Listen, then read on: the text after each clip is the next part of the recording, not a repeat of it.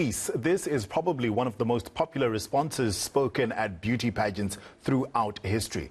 This cliched answer may soon be used in Israel, the seat of one of the world's most enduring conflicts. The most recent outbreak of violence between the Israeli Defense Force and occupied Palestinians attracted international condemnation. But months after hundreds were killed in rocket exchanges, Israel will be host to the 70th edition of the Miss Universe pageant. And with Miss Malaysia and Miss Indonesia already withdrawing from the event, one South African MP is calling on other nations to do the same. Joining us now is Inkosi Mandla Mandela, the grandson of former President Nelson Mandela.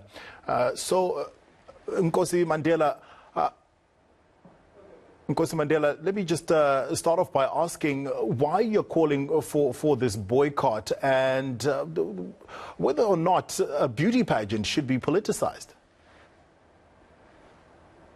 Thank you, Tafuma. First and foremost, let me congratulate our very own Miss South Africa, Lalela Mswan, who was crowned as the reigning queen of Miss South Africa. These ladies and women of our country at Miss South Africa level have done stunning work for humanitarian causes and calling for peace around the world. Having come from a brutal apartheid regime state, we know the brutality that we faced in our past. This is exactly what Palestinians are witnessing throughout their lives for the past 7 decades, particularly women and children who are facing daily brutalities, ethnic cleansing, and crimes against humanity. We have made a call, particularly to Miss Universe participants around the world, to withdraw from this pageant because it is being held in an apartheid state, that of Israel. And we have been successful in getting the likes of Miss Malaysia, Miss Indonesia. Of late this week, Miss Greece has also joined in to withdraw from participating. Lalela spoke very well during the Miss South Africa contest and was an advocate for women empowerment and women safety. And we are saying women in Palestine who are reaching out to the global community to stand side by side with them. Lalela can do a lot for their cause and can be able to be a true champion for peace by simply walking out. This is a decades-long conflict and dispute. Do you think that you're going to get enough support from the participants in this competition, and will the boycotting actually achieve anything? It is, from our past experience as South Africans, we saw sports, cultural events being boycotted by the international community.